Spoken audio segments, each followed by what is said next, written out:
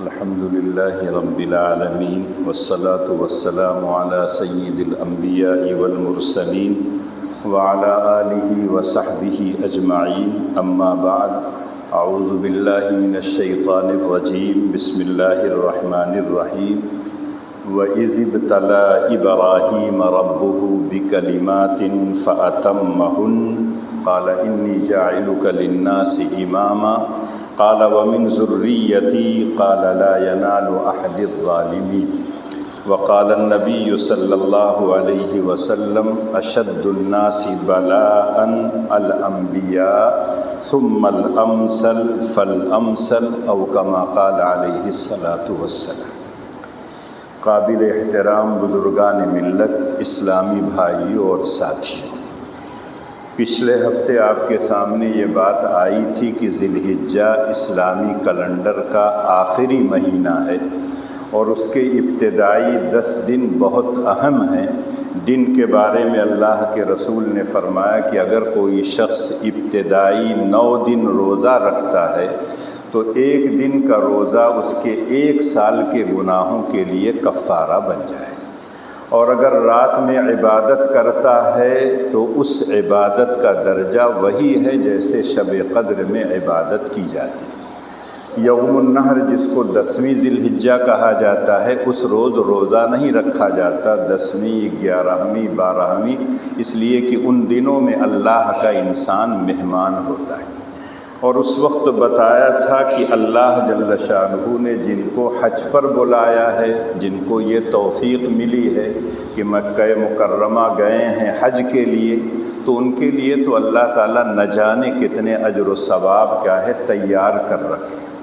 لیکن جو لوگ نہیں گئے ہیں، چاہے اپنی بیماری کی وجہ سے، چاہے اپنی مجبوری کی وجہ سے، چاہے وہ حج کر چکے ہیں اس لیے نہیں گئے ہیں، لیکن اللہ نے ان کو بھی نہیں محروم رکھا ہے، اور ان کو حاجیوں سے کچھ چیزوں میں مشابہت اختیار کرنے کے لیے کہا، تاکہ جب حاجیوں سے کچھ مناسبت اور مشابہت ہو جائے گی تو جیسے اللہ ان کو دیں گے، ہو سکتا ہے کچھ رحمتیں ادھر بھی آ جائیں۔ جیسے آپ اپنے دروازے کے سامنے پانی چھڑکاتے ہیں تو جو سامنے گھر ہوتا ہے، پڑوس میں ہوتا ہے، اس کے دروازے پہ بھی کچھ چھڑکاؤ کر دیتے ہیں، اتنا تنگ دل نہیں ہوتے کہ صرف اپنے دروازے پر چھڑکتے۔ تو اللہ جل شانہ نے ایک تو مشابہت اللہ کے رسول نے بتایا کہ جب حاجی احرام باندھ لیتا ہے تو اس وقت بال نہیں کاٹتا ہے، ناخن نہیں تراشتا ہے، سر کو ڈھکتا نہیں ہے، اسی طرح سے اور بہت سی پابندیاں ہیں، سلے ہوئے کپڑے نہیں پہنتا ہے، خوشبو نہیں لگاتا ہے۔ تو اللہ کہتے تم حج کے لیے نہیں گئے ہو تو تھوڑی سی ان لوگوں سے مشابہت اختیار کر لو، ذی الحجہ کا جب چاند دیکھو تو چاند دیکھنے کے بعد ناخن اور بال کو مت تراشا کرو، تو اس سے ان کے ساتھ مناسبت ہو جائے گی۔ اس مناسبت اور مشابہت کی وجہ سے ہو سکتا ہے اللہ تعالیٰ تم کو بھی نواز دے۔ اسی طرح سے جب حاجی احرام باندھ لیتا ہے تو تلبیہ پڑھتا ہے، لبیک اللہم لبیک لبیک لا شریک لک لبیک ان الحمد والنعمت والملک لا شریک لک لبیک۔ چلتے پھرتے اٹھتے بیٹھتے حاجیوں کو حکم ہے کہ اس وقت سب سے بہترین ذکر اس کے لیے لبیک اللہم لبیک۔ اسی طرح سے جو لوگ حج کے لیے نہیں گئے ہیں ان کو حکم مل رہا ہے کہ 9 کی صبح یعنی یوم عرفہ کی فجر کی نماز کے بعد سے 13ویں کی عصر تک ایک تکبیر آتی ہے جس کو تکبیر تشریق کہا جاتا ہے، 5 دن تم کو پڑھنا ہے۔ 9ویں ذی الحجہ کی صبح سے شروع کریں گے، 10، 11، 12، 13 کی عصر تک، گویا 5 دن تکبیر کہہ کے ان حاجیوں سے مشابہت اختیار آپ کر رہے ہیں جو دن رات لبیک اللہم لبیک لا شریک لک لبیک پڑھ رہے ہیں۔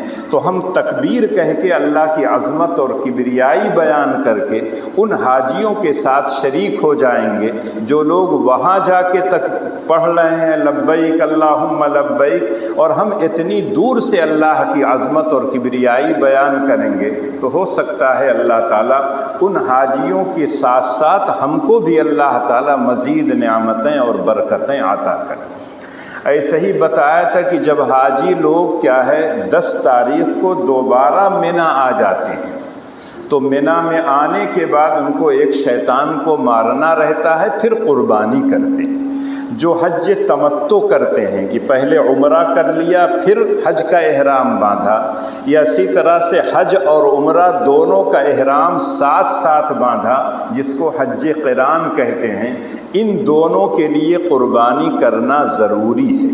اور جو لوگ حج افراد کرتے ہیں یعنی تنہا حج کی نیت سے احرام باندھتے ہیں، ان کے لیے ہے کہ قربانی واجب نہیں ہے، مستحب ہے، اگر وہ کرنا چاہیں تو کر سکتے ہیں۔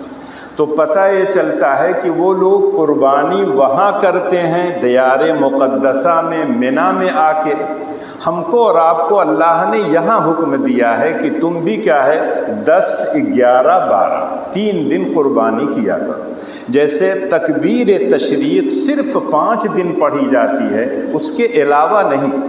اس کے علاوہ بعض روایتوں میں آتا ہے ذی الحجہ کا چاند دیکھنے کے بعد پڑھنا مستحب ہے، اگر کوئی چاہے تو پڑھتا رہے تکبیر، لیکن یوم عرفہ سے لے کر 13ویں کی عصر تک واجب ہے۔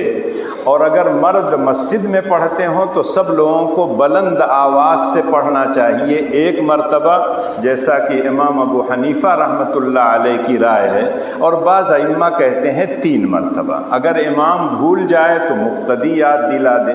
عورتوں کے لیے ہے کہ ان کو آہستہ پڑھنا ہے، ان کی چونکہ جماعت نہیں ہوتی، اگر عورتوں کو بھولنے کا خطرہ ہے تو جہاں وہ نماز پڑھتی ہیں وہاں کسی کاغذ پر لکھ کر تکبیر لٹکا دیں، تاکہ جب نماز پڑھنے کے لیے جائیں تو دیکھیں تو ان کو یاد آ جائے، تاکہ وہ بھی نماز کے بعد تکبیر پڑھ لیا کریں۔ تو یہ 3 مشابہت حاجیوں سے ہوتی ہے، جس کی بنیاد پر امید یہ کی جاتی ہے کہ اللہ تعالیٰ جیسے حاجیوں کو سب کچھ عطا کرتے ہیں۔ کہا جاتا ہے کہ اگر کسی کو حج مبرور نصیب ہو گیا تو اس کی جزا سوائے جنت کے کچھ اور نہیں ہے۔ اور اللہ کے رسول نے کہا کَیَوْمٍ وَلَدَتْهُ أُمُّهُ، ایسا لگتا ہے کہ حج اگر اس کا قبول ہو گیا تو ایسا لگتا ہے آج ہی ماں کے پیٹ سے وہ نکلا ہے اور اس کے کھاتے میں کوئی گناہ نہیں۔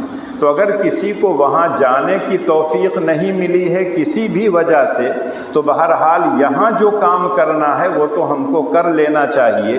جہاں تک بال اور ناخن کا مسئلہ ہے وہ تو منگل کو 1 تاریخ ہو گئی تھی، دوشنبہ تک آپ کو گنجائش تھی، اس میں بھی ہے جس کو قربانی کرنا ہو اس کے لیے مستحب ہے، واجب نہیں ہے۔ جتنا شریعت نے کہا ہے اتنا ہی ماننا چاہیے، لیکن اس کو مستحب سمجھ کے چھوڑ دیں آپ، ایسا نہیں ہے۔ اس لیے کہ مستحب کا مطلب ہے آپ کریں گے تو آپ کے کھاتے میں اس کا اجر ملے گا۔ یہاں آپ سمجھتے ہیں میرے کھاتے میں بڑی نیکیاں ہیں، لیکن جب وہاں جائیں گے تب پتہ چلے گا کتنی کھاتے میں نیکیاں ہیں اور کتنی برائیاں ہیں۔ ایک ایک نیکی کے لیے ترسے گا، اور جن سے تعلقات یہاں ہیں، جن کے لیے سارے تعلقات کو وہ قربان کرتا ہے، ماں باپ بہن بھائی بیوی دوست احباب، سارے لوگ اس دن ساتھ چھوڑ دیں گے، اور سارے لوگ دیکھ کے بھاگیں گے دوسری طرف، کہیں مجھ سے کوئی نیکی نہ مانگے۔ تو اس لیے ایک ایک نیکی کو تلاش کر کے یہاں کمانا چاہیے، تاکہ وہاں چین اور سکون کی زندگی ملے، جب جنت میں جائیں تو ہر طرح کا چین اور سکون ملے۔ اور یہ تمام چیزیں اگر دیکھا جائے تو اس مرد مجاہد اور اس امام الانبیاء ابو الانبیاء حضرت ابراہیم خلیل اللہ کی یادگار، چاہے وہ منی جانا ہو، عرفات جانا ہو، مزدلفہ جانا ہو، پھر منی واپس آنا ہو، کنکری مارنا ہو، صفا اور مروہ کے درمیان دوڑنا ہو، یہ تمام اسی خاندان ابراہیمی کی یادگار۔ اور یقینی طور پر ابراہیم علیہ السلام کا تذکرہ قرآن میں پڑھیے تو اتنا ان کا ذکر خیر آیا ہے، اتنی صفات اللہ نے ان کی ذکر کی ہے جتنی صفات کسی اور نبی کی ذکر نہیں کی۔ اللہ جل شانہ جب ابراہیم کا تذکرہ کرتے ہیں تو ایسا لگتا ہے کہ اللہ ان سے خوش ہے، اور یقیناً خوش رہیں گے۔ جس بندے سے اللہ نے یہ کہا ہو اذ قال له ربه اسلم قال اسلمت لرب العالمین، اللہ کہتے اس وقت کو یاد کرو جب ابراہیم سے اس کے پروردگار نے کہا تھا اسلم، تو حضرت ابراہیم نے ایک ہی جواب دیا تھا اسلمت لرب العالمین۔ اللہ نے کہا میرے حوالے اپنے آپ کو کر دو، تمہاری کوئی خواہش نہیں، تمہاری کوئی وہ نہیں ہے، جو میں کہوں گا وہ تمہیں کرنا ہے۔ تو حضرت ابراہیم علیہ السلام نے بغیر کسی سوچے اور سمجھے کہہ دیا تھا اسلمت لرب العالمین، اے اللہ میں نے تو رب العالمین کے حوالے اپنے کر دیا، میری کوئی خواہش نہیں ہے۔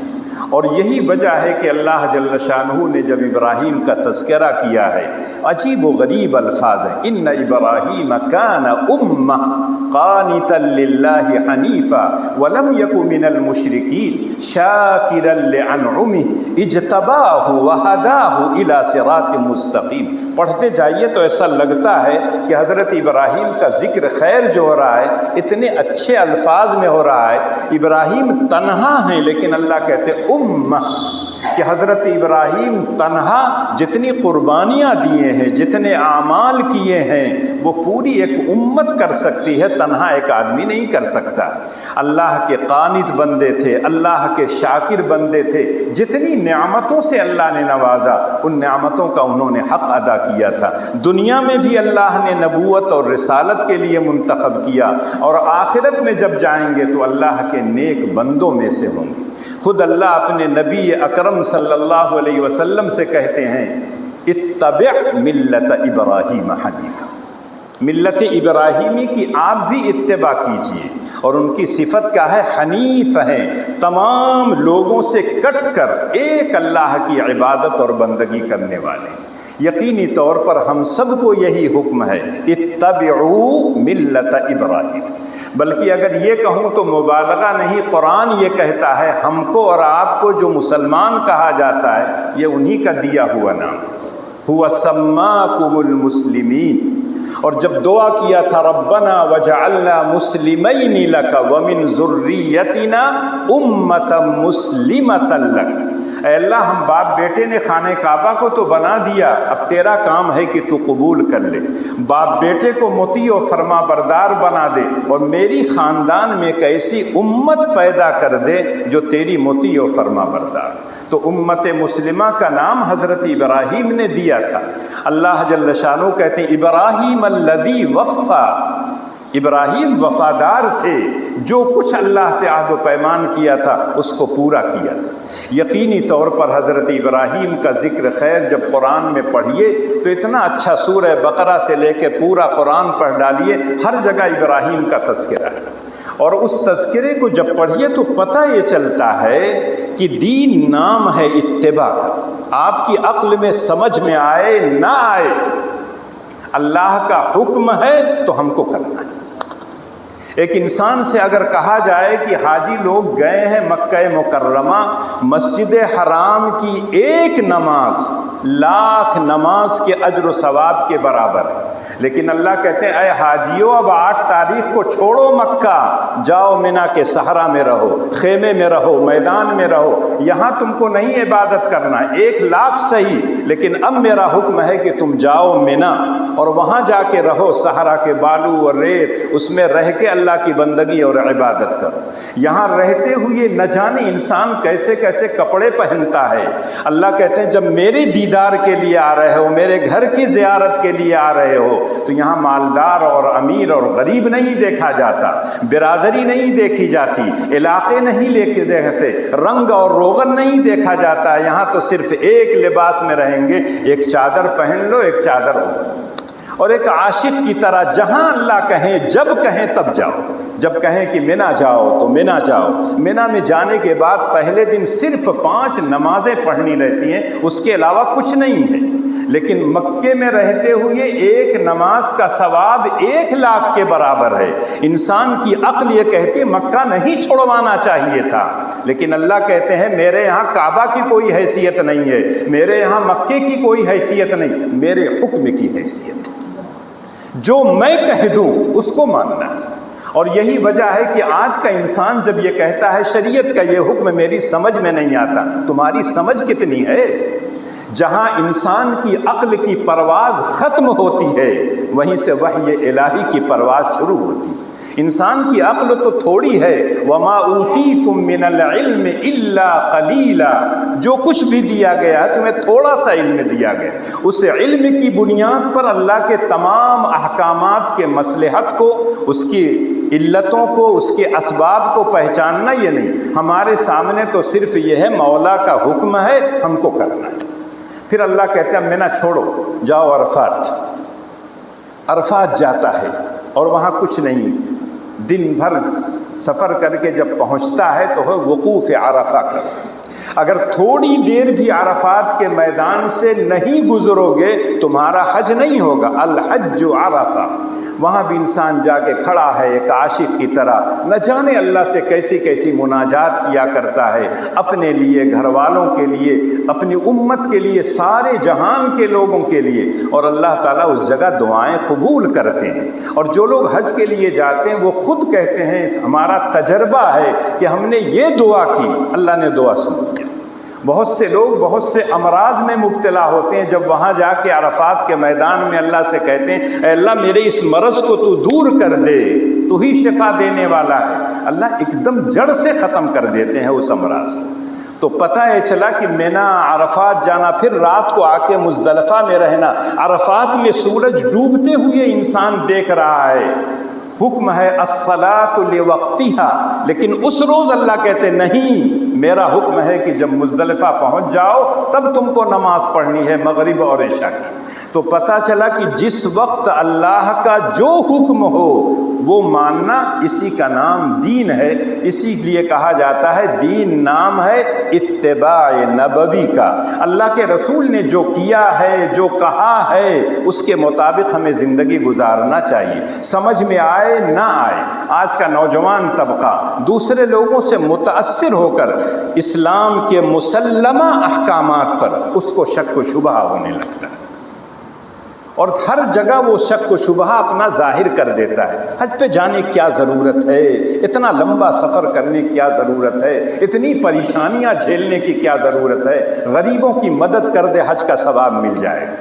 اللہ نے جو عبادتیں رکھی ہیں اس عبادتوں کو ان دنوں میں کرنا سب سے بہترین عمل ہے۔ آپ چاہیں کہ روزہ رکھنے کے بجائے خالی نماز پڑھیں، روزہ رکھنے کا جو اجر و ثواب ہے، روزہ رکھنے کی جو خاصیت ہے وہ نماز پڑھنے سے نہیں آئے گی، نماز پڑھنے کی جو خاصیت ہے وہ روزہ رکھنے سے نہیں آئے گی۔ حج کرنے کے لیے اللہ نے جو کہا ہے، جب حج کریں گے تو وہ تاثیر آپ کے اندر پیدا ہوگی۔ حج چھوڑ کر آپ کا غریبوں کی مدد کریں، اس سے نہیں۔ اپنے عیش و عشرت میں کوئی آدمی کمی نہیں کرتا۔ بیٹے کی شادی ہو جائے گی تو نہیں، دوسروں کے ہاں 3 میٹھا تھا میرے یہاں 5 میٹھا ہوگا، ان کے ہاں اتنا تھا میرے یہاں یہ ہوگا، اس میں کوئی کٹوتی نہیں۔ اپنے لیے جو لباس پہنتے ہیں اس میں کوئی کٹوتی نہیں ہے کہ معمولی لباس پہن لیں اور وہ پیسے بچا کر غریبوں کی مدد کر دیں، غریبوں کو کپڑا دے دیں، وہاں نہیں ہوگا۔ سارا حکم اللہ کے احکامات پر ہوگا کہ حج کرنے سے کیا فائدہ، اتنے لاکھوں لاکھ کروڑوں پیسے خرچ ہوتے ہیں، لیکن جب انسان جاتا ہے وہ اللہ کا حکم ہے۔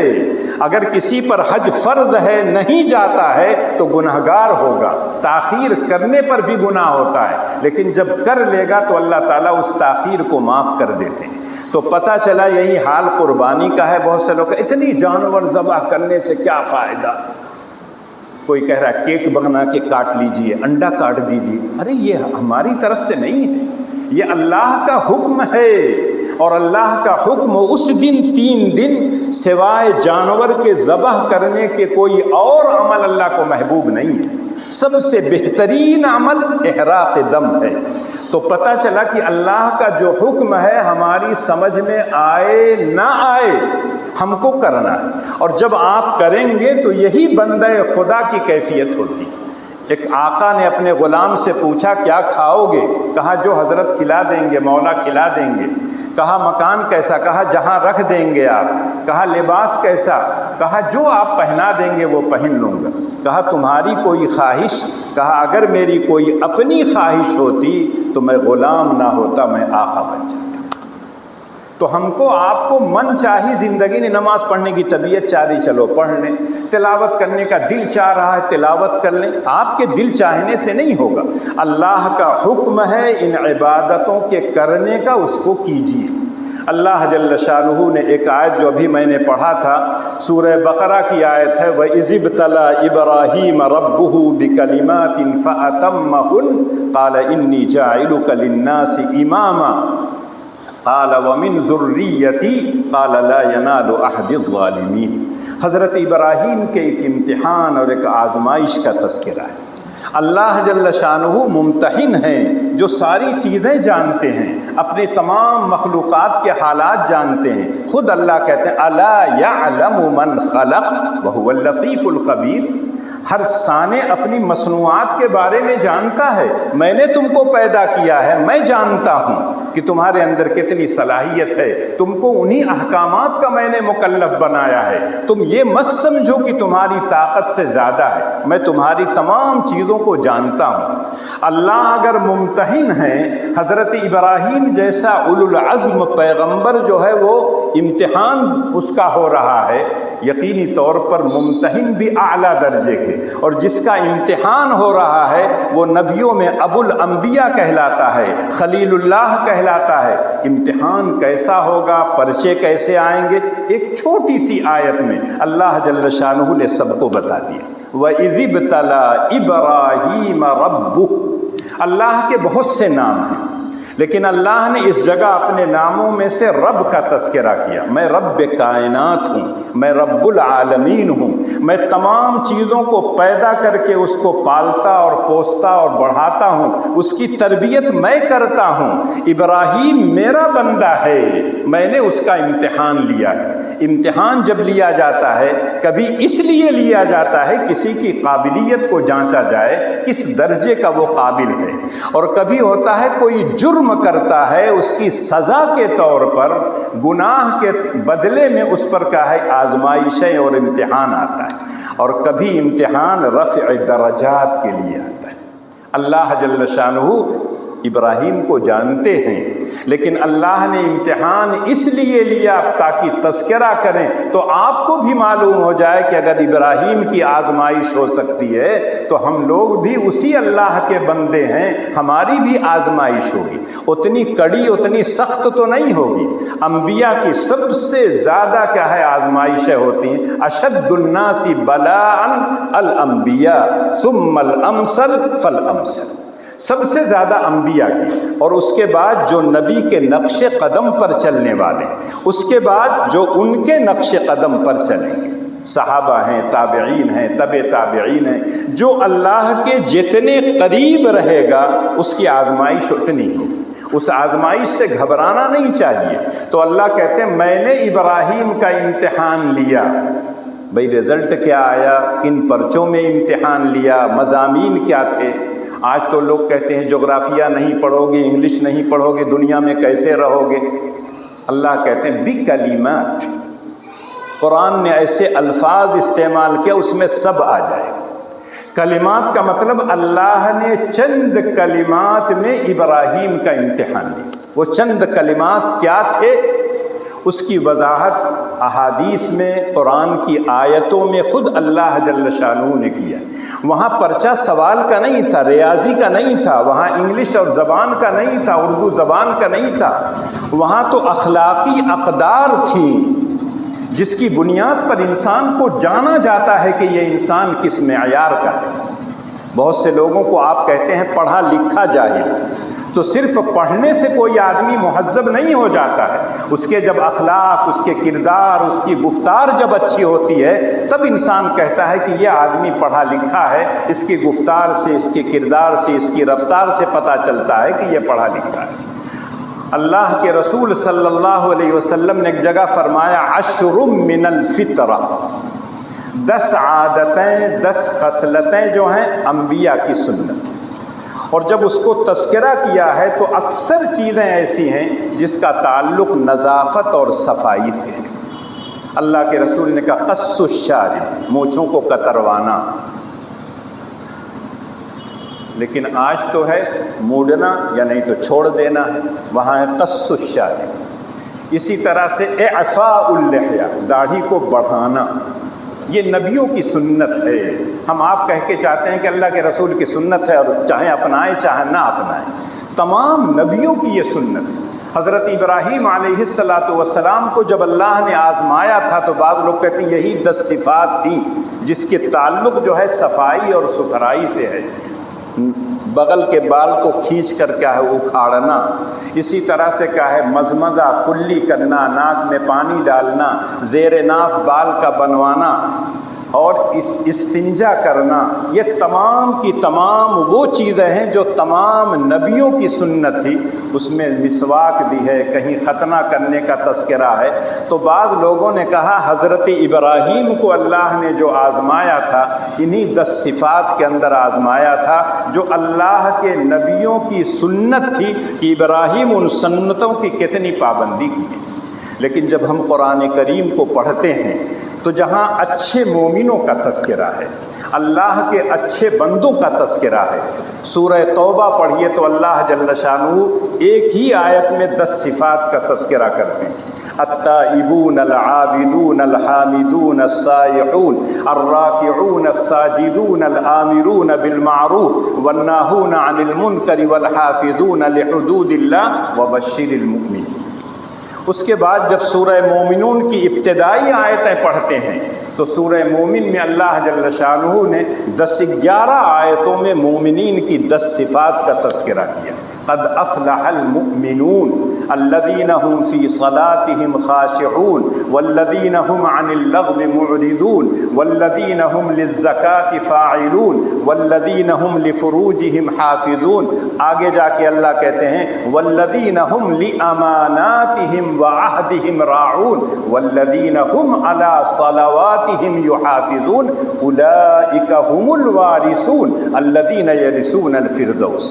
اللہ کہتے ہیں جن لوگوں کے اندر یہ 10 صفات پائی جائیں گی وہی جنت کے اصلی وارث ہیں اور جنت میں جائیں گے ہمیشہ ہمیش رہیں گے۔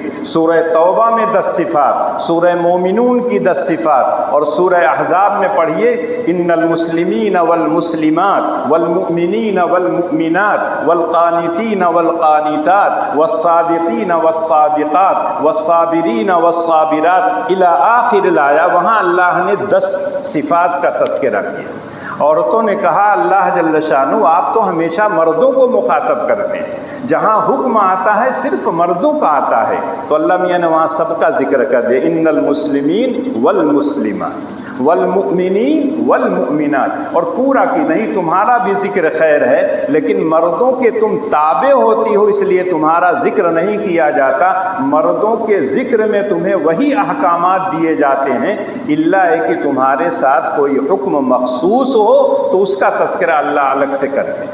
تو بعض مفسرین نے کہا یہ 30 صفات ہیں، سورہ توبہ کی 10، سورہ مومنون کی 10، سورہ احزاب کی 10۔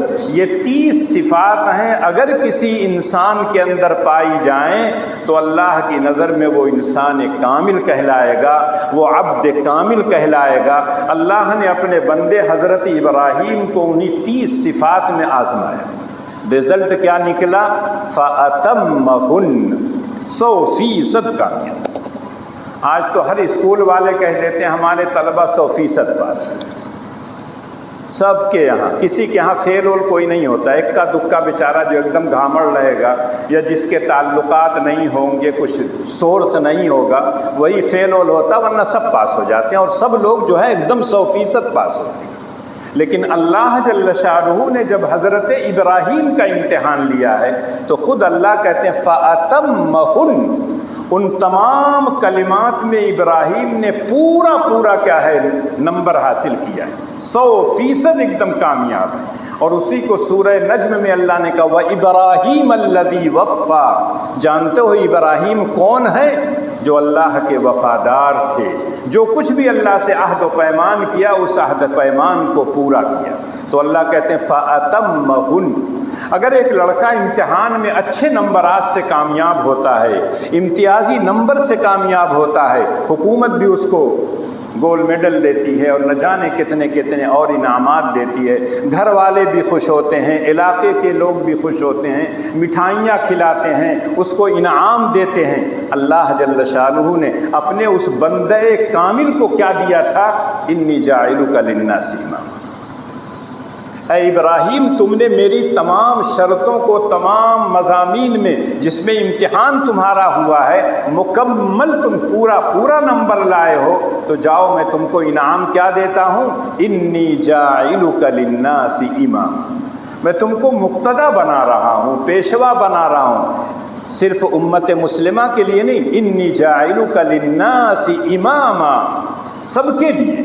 یہودی بھی کہتے تھے حضرت ابراہیم ہمارے مقتدی ہیں، عیسائی بھی کہتے تھے، حتیٰ کہ کفار مکہ بھی کہا کرتے تھے ابراہیم علیہ السلام ہمارے مقتدی اور پیشوا ہیں، جبکہ ابراہیم بت شکن تھے، مکے والے بتوں کی پوجا کرتے تھے، لیکن اس کے باوجود کہتے تھے ابراہیم ہمارے مقتدی ہیں۔ انی جاعلک للناس اماما، اللہ نے کہا کہ ہم نے آپ کو امام بنا دیا ہے، مقتدی اور پیشوا بنا دیا ہے، آنے والی ساری نسلیں آپ کے ملت ابراہیمی پر چلیں گی۔ اور ابراہیم علیہ السلام کی خصوصیت، اذ قال له ربه اسلم قال اسلمت لرب العالمین، اپنی کوئی خواہش نہیں، اپنی کوئی چیز نہیں ہے، جو اللہ کہیں گے وہی مجھ کو کرنا ہے۔ اور پوری زندگی اٹھا کے دیکھ لیجئے، حضرت ابراہیم علیہ السلام نے اس چیز کا خیال رکھا۔ لیکن ایک باپ کو بیٹے سے جو محبت ہوتی ہے، جو لگاؤ ہوتی ہے، جب ان آیتوں کو پڑھیے تب پتہ چلتا ہے۔ ایک طرف حضرت ابراہیم کی اولاد نہیں تھے، اللہ سے دعا کیا تھا رب ہب لی من الصالحین، اللہ میاں نے دے دیا، اور جو کچھ اللہ نے حکم دیا اس کے مطابق کرتے رہے۔ لیکن جب اللہ نے کہا میں تم کو مقتدی اور پیشوا بناؤں گا، باپ کے دل میں بیٹوں کی جو شفقت اور پیار ہوتا ہے، اس نے حضرت ابراہیم سے کہلوا دیا قال ومن ذریتی، اے میرے مولا صرف میں ہی مقتدی اور پیشوا رہوں گا یا میری نسل میں یہ امامت چلتی رہے گی؟ اللہ نے جواب دیا لا ینال عہد الظالم، اس کے لیے ایک ضابطہ ہے، ایک اصول ہے۔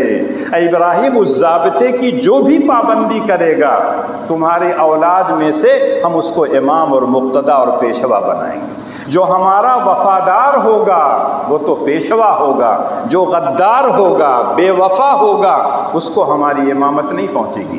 لا ینال عہد الظالمین۔ پتہ یہ چلتا ہے چھوٹی سی آیت میں ممتحن کا تذکرہ، جس کا امتحان ہوا ہے، پرچہ جو تھا، مضامین جو تھے، پھر اس نے امتحان کیسے پاس کیا، اس کو اللہ کی طرف سے انعام کیا ملا، ایک ہی آیت میں اللہ جل شانہ نے سب پیش کر دیا۔ یہ تو اللہ جل شانہ نے کہا، لیکن جب حضرت ابراہیم کا تذکرہ پڑھیے قرآن میں اور ان کی زندگی کے حالات پڑھیے، اللہ جل شانہ نے ابراہیم کو ایسے خاندان میں پیدا کیا جہاں بت بنایا جاتا تھا، بت کی پوجا ہوتی تھی، بت فروش تھے، بت کی طرف لوگوں کو بلاتے تھے۔ اس گھرانے میں حضرت ابراہیم نے آنکھیں کی۔ عقل یہ کہتی ہے کہ ایسا بچہ بت پرستی سے محفوظ نہیں رہ سکتا، لیکن اللہ جس کو رکھے اس کو کوئی نہیں چکھ سکتا۔ اللہ نے ابراہیم کی حفاظت کی، اس گھرانے میں پیدا ہونے کے بعد بھی کبھی بتوں کی طرف حضرت ابراہیم کا ذہن بھی نہیں گیا، بلکہ جب اللہ نے حکم دیا کہ تم میرے بندے ہو، اب لوگوں کو دعوت دو میری توحید کی، تو سب سے پہلے اپنے گھر سے شروع کرنا۔ سورہ مریم میں پورا ایک رکوع پڑھیے، قرآن کم لوگ پڑھتے ہیں، بار بار اپیل کرتا ہوں قرآن پڑھیے، تب پتہ چلتا ہے کہ اللہ جل شانہ اپنے بندوں کو کیسے نوازتے ہیں، کیسے آپ دعوت کا کام کریں، کیسے آپ لوگوں کو سمجھائیں۔ سورہ مریم کا ایک رکوع پڑھیے تو پتہ یہ چلتا ہے کہ بیٹے کو باپ کا کتنا خیال رکھنا چاہیے، اس کے ادب و احترام کتنا کرنا چاہیے۔ حضرت ابراہیم علیہ السلام کی اس انداز دعوت سے پتہ چلتا ہے۔ قرآن کہتا وذکر فی الکتاب ابراہیم انہ کان صدیقا نبیا اذ قال لأبیہ یا ابت لم تعبد ما لا یسمع ولا یبصر ولا یغنی عنک شیئا، اور یا ابت اے میرے ابا جان، اے میرے ابا جان، اے پیارے میرے ابو، یہ بات میری مان لیجئے، میں اللہ کا نبی ہوں، آپ جس طرف جا رہے ہیں وہ شیطان کا راستہ ہے، شیطان کے نقش قدم پر چلیں گے جہنم میں جائیں گے، اے میرے ابا جان میری بات کو مان لیجیے۔ ایک طرف حضرت لقمان کی نصیحتوں کو پڑھے ہیں، حضرت لقمان اپنے بیٹوں کو جب نصیحت کریں تو یا بنیا یا بنیا یا بنیا، اے میرے لاڈلے، اے میرے لخت جگر، اے میرے نور نظر، بیٹے کو اتنے پیار سے پکار رہے ہیں کہ بیٹا خود ان کی باتوں کو سننے کے لیے تیار ہے۔ لیکن حضرت ابراہیم کے والد جانتے ہیں کیا جواب دیتے ہیں؟ یا ابراہیم لئن لم تنتہ لأرجمنک وہجرنی ملیہ، اے ابراہیم مان جا، یہ دعوت و تبلیغ کا کام چھوڑ دو، میرے بتوں کو برا بھلا مت کہو، میری قوم کو برا بھلا مت کہو، ورنہ میں تمہیں بہت ماروں گا، سنگسار کروں گا، بد زبانی بھی، گالیاں بھی دوں گا، برا بھلا بھی کہوں گا، اور وقتی طور پر تو میری نگاہوں سے دور ہو جائے، اس وقت تو مجھے تاؤ چڑھا ہوا ہے، چلے جاؤ میری نگاہ سے۔ بیٹے نے جانتے ہیں کہ حق بات کہہ رہا تھا، بڑے پیار اور محبت سے پورے ادب و احترام کا خیال کر کے کہہ رہا تھا، لیکن جب باپ نے کہا کہ نکل جاؤ تو حضرت ابراہیم کا سلام علیک ساستغفر لک ربی، اے ابا جان اللہ آپ پر سلامتی نازل کریں، خیر و عافیت سے آپ رہیے، میں جا رہا ہوں لیکن آپ کے لیے دعائے ہدایت کروں گا، اور جب اللہ آپ کو ہدایت دے دیں گے کہ تو آپ کی ساری غلطیاں معاف ہو جائیں گی۔ قرآن یہ کہتا ہے جب تک حضرت ابراہیم علیہ السلام کو یہ معلوم تھا کہ میرے ابا جان ابھی دنیا میں زندہ ہیں، تب تک وہ کرتے رہے دعا، اور جب پتہ چلا کہ چلے گئے کفر کی حالت میں تو قرآن وہاں جواب دیتا ہے کہ جب کوئی آدمی دنیا سے کفر کی حالت میں جائے تو نہ نبی کی شان کے مطابق ہے، نہ کسی مومن کی شان یہ ہے کہ اس کے لیے دعائے مغفرت کرے۔ ما کان للنبی والذین آمنوا ان یغفروا للمشرکین ولو کانوا اولی قربى من بعد ما تبین لهم انہم اصحاب الجحیم، جب وہ اصحاب جحیم میں سے ہو گیا، کفر کی حالت میں دنیا سے گیا، اب کوئی نبی، کوئی انسان کتنا ہی قریبی رشتہ دار ہو اس کے لیے دعائے مغفرت نہیں کرنا چاہیے، دنیا میں تھا تب تک دعائے ہدایت کرنا چاہیے۔ وہاں سوال یہ ہوتا ہے کہ حضرت ابراہیم تو کر رہے تھے، اللہ نے جواب دیا وما کان استغفار ابراہیم الا عن موعدۃ وعدها ایاہ فلما تبین انہ عدو للہ تبرأ منہ ان ابراہیم لأواہ حلیم۔ ابراہیم کے استغفار پر تمہیں شک نہیں ہونا چاہیے، انہوں نے اللہ سے وعدہ کیا تھا سأستغفر لک ربی انہ کان بی حفیہ، ابا جان میں جا رہا ہوں لیکن آپ کے لیے میں دعا کرتا رہوں گا، اس وعدے کے مطابق دعا کرتے رہے، لیکن جب یہ معلوم ہوا کہ ابا جان دنیا سے کفر کی حالت میں گئے تو حضرت ابراہیم نے کہا تبرأ منہ، اب میرا کوئی تعلق ان سے نہیں۔ اور یہی وجہ ہے کہ حضرت ابراہیم کے اسوہ اور نمونہ کو ہمارے لیے بھی کہا گیا قد کانت لکم اسوۃ حسنۃ فی ابراہیم والذین آمنوا معہ، کہ جیسے حضرت ابراہیم نے برات کا اظہار کیا تھا ویسے ہی ہم کو بھی ابراہیم کے نقش قدم پر چل کر اس کی برات کا اظہار کرنا چاہیے۔ اسی لیے اعدائے اسلام سے دوستی نہیں ہونی چاہیے، کاروبار کیجئے، ان سے اٹھیے بیٹھیے ساتھ میں رہیے، ساری چیزیں ہیں، مدارات ان کے ساتھ کیجیے، لیکن دوستی لا تتخذوا اليہود والنصارى اولیاء بعضهم اولیاء بعض، ان سے دوستی نہیں، دوست جب بنا لیں گے تو ان کی عادتیں آپ کے اندر آ جائیں گی، آپ اس سے بچ نہیں سکتے ہیں۔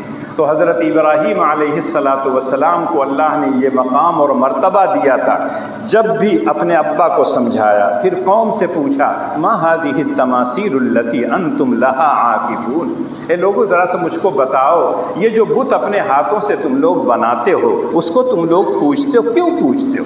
کیا وہ تمہیں نفع پہنچاتی ہیں؟ کیا تمہیں نقصان پہنچاتی ہیں؟ تو ان لوگوں نے ایک ہی جواب تھا، ما وجدنا علیہ آباءنا، ہم نے اپنے باپ دادا کو ایسے پایا، اسی نقش قدم پر ہم چل رہے ہیں۔ بہت سمجھایا لیکن ماننے کے لیے تیار نہیں ہوئے۔ بادشاہ وقت نمرود سے مناظرہ ہوا، انہوں نے کہا تمہارا پروردگار کون ہے؟ تو کہا ربی الذی یحیی و یمیت، تو کمبخت نے کہا انا احیی و امیت۔ اور ایک آدمی جا رہا تھا، کوئی جرم نہیں تھا، اس کو مروا دیا، اور ایک آدمی جیل میں تھا، اس کی سزا ہونے والی تھی، پھانسی پر چڑھانے جانے والا تھا، اس کو بلا کے کہا تم آزاد ہو، اور لوگوں سے کہا دیکھا میں نے ایک کو مار دیا، میں نے ایک کو جلا دیا۔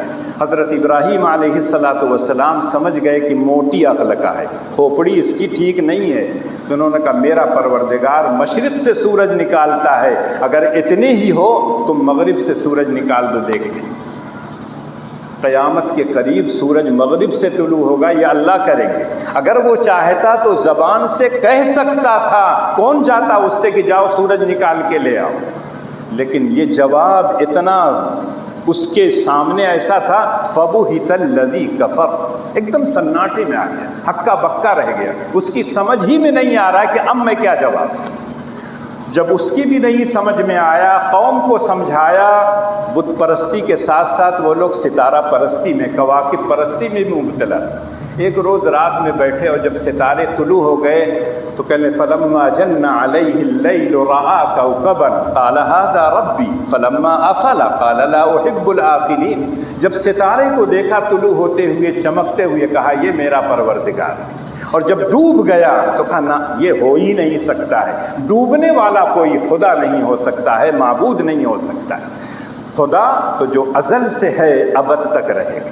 اس کے بعد جب چاند کو دیکھا تب کہا کہ یہ ہے میرا پروردگار، اور جب وہ بھی ڈوب گیا تو کہا نہ یہ صحیح راستہ نہیں ہے اگر کواکب کے ساتھ ساتھ چاند کی ہم پرستش کریں۔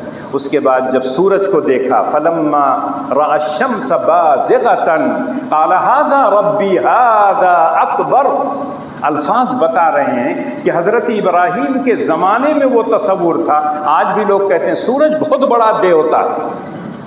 حضرت ابراہیم نے انہی کی زبان میں کہا کہ جب سورج طلوع ہوا چمکتا دمکتا ہوا تو کہا یہ ہے میرا سب سے بڑا پروردگار، لیکن جب ڈوب گیا تو کہا نہ یہ بھی نہیں ہو سکتا ہے۔ اور پھر اس وقت جو جملہ کہا ہم کو اور آپ کو ہر نماز کے وقت کہا جاتا ہے، یہ پڑھ لیا کیجئے، انی وجہت وجہی للذی فطر السماوات والارض وما انا من المشرکین، ہم تو صرف اس کے سامنے سجدہ کرتے ہیں جو آسمان اور زمین کا خالق، لا تسجدوا للشمس ولا للقمر واسجدوا للہ الذی خلقہن ان کنتم ایاہ تعبدون۔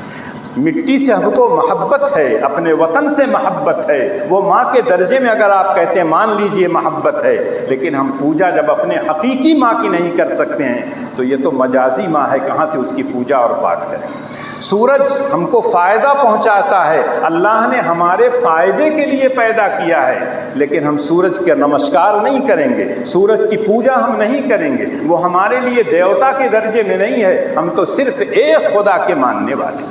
اور حضرت ابراہیم علیہ السلام نے سمجھایا، جب نہیں سمجھ میں آیا ان لوگوں کے تو لوگوں کے پاس ایک ہی رہتا ہے، نکال دو، جلا دو، مار ڈالو، قالوا حرقوه وانصروا آلهتكم ان کنتم فاعلین۔ اگر تم لوگ رہنا چاہتے ہو اپنے باپ دادا کے دھرم اور دین پر تو ابراہیم جیسے شخص کو جلا دو، مار ڈالو، تبھی ہوگا، ورنہ یہ تو ہمیشہ معاشرے کے اندر خلفشار پھیلائیں گے۔ حضرت ابراہیم علیہ السلام نے سمجھانے کے لیے کہ ان مورتیوں کے اندر کوئی قوت اور طاقت نہیں ہوتی ہے۔ ایک مرتبہ وہ لوگ ایک میلے میں گئے اور جب سب لوگ چلے گئے تو ان سے جب کہا گیا تو کہا انی سقیم۔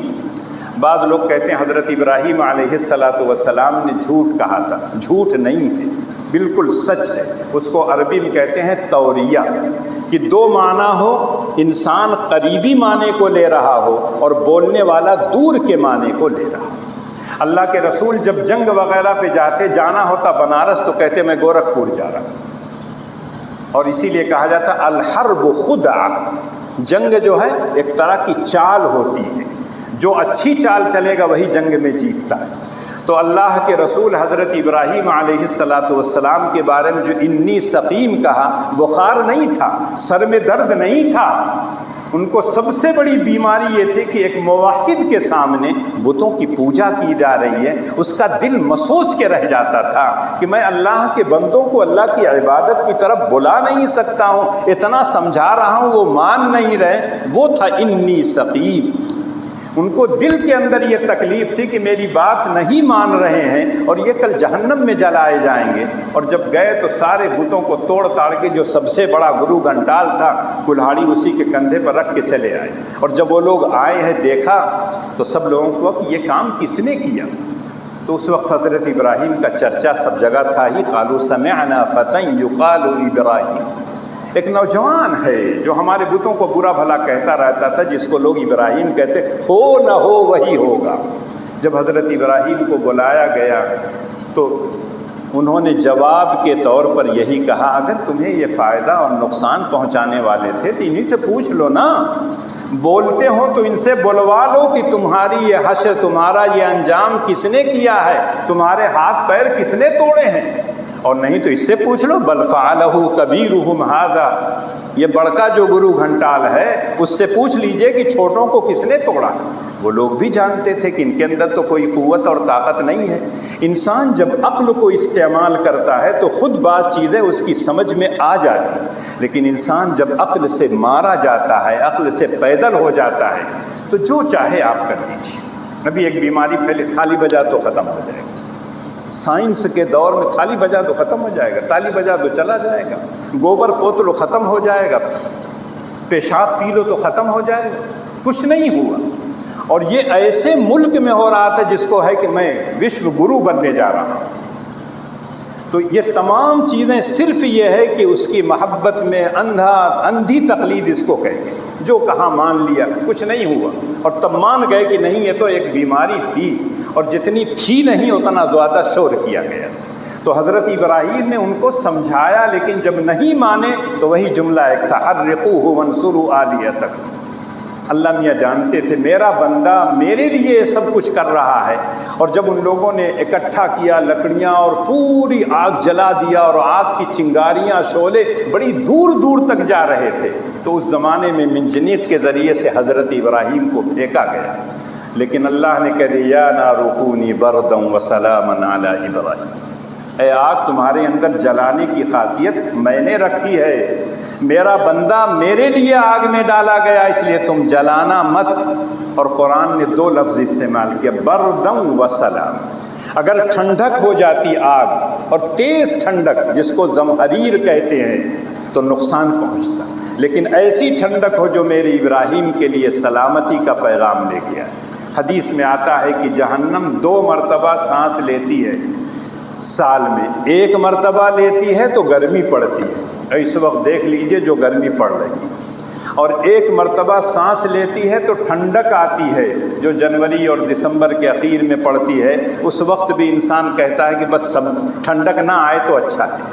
تو یہ دونوں جو ہے اسی جہنم کی خاصیت ہے، سانس لیتی ہے تو گرمی، سانس لیتی ہے تو ٹھنڈک۔ حضرت ابراہیم کے لیے اللہ میاں نے کہہ دیا یا نار کونی بردن وسلاما علی ابراہیم۔ آسمان اور زمین گواہ ہیں، تاریخ گواہ ہے، حضرت ابراہیم کی سیرت گواہ ہے کہ ایک بال بھی ان کا نہیں چلا، اس لیے کہ حضرت ابراہیم کو اللہ نے یہ حکم دیا تھا، اور وہ انہوں نے تیار ہو گئے تھے، اور باقاعدہ انہوں نے دعوت کا کام کیا، کبھی یہ نہیں کیا۔ اولاد نہیں تھی، اولاد پیدا ہوئی، کہنے نہیں چھوڑ کے چلے جاؤ، اپنا ملک چھوڑو، شام جاؤ۔ شام گئے تو کچھ دنوں کے بعد جب بیٹا تھوڑا سا بھی بڑا ہوا، شیرخوار تھا، کہا نہیں وادی غیر ذی زرع میں چھوڑاؤ، مکے چھوڑاؤ، اور چھوڑ کے آنے لگے تو بیوی سے بتایا بھی نہیں کہ میں جا رہا ہوں۔ حضرت حاجرہ پریشان کی بڑھو چھوڑ کے چلے جا رہے ہیں، چھوٹا سا بچہ اور میں کمزور، تو کہہ رہے ہیں کہ اللہ کا حکم ہے، کہا ہاں اللہ کا حکم ہے۔ حضرت حاجرہ کی زبان سے اس وقت نکلا تھا جملہ اذن لا یضیعنا، اگر ہماری بچیوں، ہماری بیویوں، ہماری ماؤں اور بہنوں کے اندر یہ جذبہ پیدا ہو جائے کہ اللہ کا حکم ہے، جو چاہو تم کرو، اللہ ہماری حفاظت کریں گے، یقیناً اللہ حفاظت کریں گے۔ لیکن آج تو یہ ہو جاتا ہے 2 گھنٹے کے لیے کہیں چلے جائیے تو مار پریشان، کا ہوئی مورا۔ کوئی اگر چلا جاتا ہے دنیا سے تو پریشان، اب کون کھلائے گا، کھلانے کی ذمہ داری اس نے لی تھی، شوہر کی ذمہ داری جب تک زندہ تھا تب تک تھی، لیکن وہ اللہ تو ہمیشہ جانتا ہے کہاں گیا ہے، وہ ہمیشہ انتظام کرے گا۔ جب انہوں نے کہا اذن لا یضیعنا، چلے گئے، جو پانی کھجور تھی ختم ہو گئی۔ حضرت حاجرہ کبھی صفا پہ جا رہی ہیں، کبھی مروہ پہ جا رہی ہیں، کوئی نظر آ جائے تو پوچھوں کہیں پانی ملے گا نہیں، وہ ادھر جا رہی ہیں کہیں کوئی چشمہ نظر آئے تو جاؤں پانی لے آؤں بیٹے کو پلاؤں۔ جب تھک ہار گئیں 7 چکر لگانے کے بعد تو مایوس ہو کے بیٹے کے پاس آتی ہیں تو دیکھا وہاں پانی ابل رہا ہے، تو کہا زم زم، رک جا، ٹھہر جا، اور اسی دن سے اس پانی کا نام ہی پڑ گیا آب زمزم۔ اور اس وقت دنیا کا سب سے بہترین پانی ہے، تمام سائنسدانوں کا متفقہ فیصلہ ہے۔ یہ اسی خاندان کا کرشمہ تھا، اسی خاندان کا معجزہ تھا، جس خاندان کی ملت پر ہمیں بھی کہا گیا ہے اتبعوا ملت ابراہیم حنیفا۔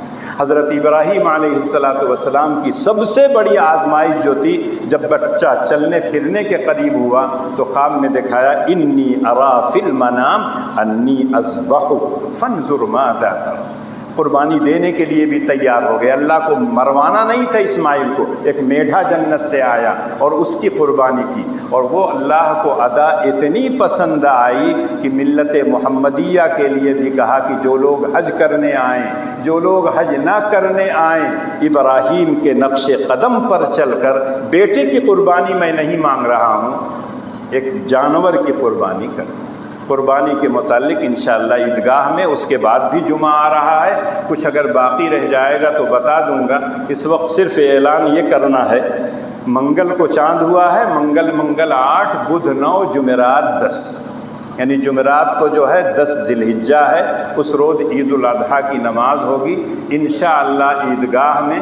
موسم چونکہ بڑا سخت ہے، لیکن چونکہ وہ چادر وادر لے جاتے ہیں بچھانے کے لیے تو کچھ وقت دینا پڑتا ہے۔ آج کل 5:15 بجے تقریباً سورج نکل رہا ہے، تو انشاءاللہ 6:30 بجے نماز ہوگی، تو 6:30 سے پہلے پہنچ جائیے گا، تقریباً سوا گھنٹہ کے قریب رہتا ہے۔ اگر اور کم کر دوں تو ٹھیک ہے، لیکن ان کی پریشانی ہوگی کہ وہ لوگ جو فجر وجر میں سوتے رہتے ہیں ان کی عید کی نماز بھی چلی جائے گی، اس کے بعد مجھ کو کہیں گے کہ نماز پڑھائی دیا اتنے سویرے نماز میری چھوٹ گئی۔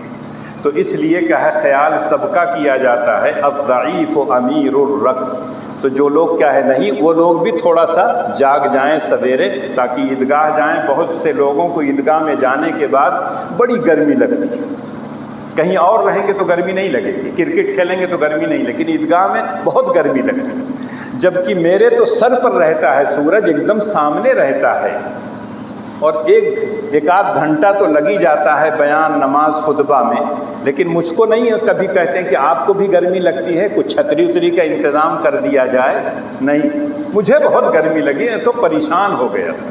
تو اللہ کے لیے تو کچھ قربانی دیجیے۔ اگر وہ اولاد کی قربانی دے رہے ہیں، وطن کی قربانی دے رہے ہیں، مال کی قربانی دے رہے ہیں، ان انبیاء کے نقش قدم پر کیسے آپ چلیں گے؟ تھوڑا سے وقت کی بھی اگر قربانی نہ دیں۔ اس لیے کیا ہے، آپ لوگ کیا ہے 10 ذی الحجہ جمعرات کو آئیے عیدگاہ میں نماز پڑھیے، اس کے بعد قربانی کیجیے گا۔ قربانی میں 2 چیزوں کا خیال رکھیے گا، جن جانوروں کی قربانی ممنوع ہے حکومت کے لحاظ سے اس کی قربانی مت کیجیے گا، بہت زیادہ تقویٰ مت بگاڑیے گا، اور صفائی ستھرائی کا لحاظ کیجیے۔ بعض لوگوں سے جب کہیے تو کہتے ہیں منع کر دیے، حرام ہے۔ میں کیسے حرام کر دوں گا بھائی؟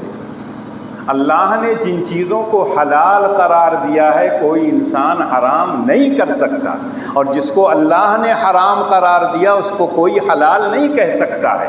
لیکن حالات جو ہیں ان حالات کے پیش نظر کہا جاتا ہے جس کی قربانی ممنوع ہے اس کی قربانی مت کیجیے تاکہ دوسرے لوگوں کو مصیبت میں نہ پھنسائیے۔ کرتا ایک آدمی ہے، بھگتتے ہیں پورے گاؤں والے، تو اس لیے وہ غلط کام مت کیجیے، دوسرے کی قربانی کیجیے، عبادت ہے، صفائی ستھرائی کا خیال رکھیے، کر کے جتنی گندگیاں ہیں سب گڈھا کھود کے ڈال دیجئے، یا جہاں گڈھا کھدا ہوا ہے وہاں ڈال دیجئے۔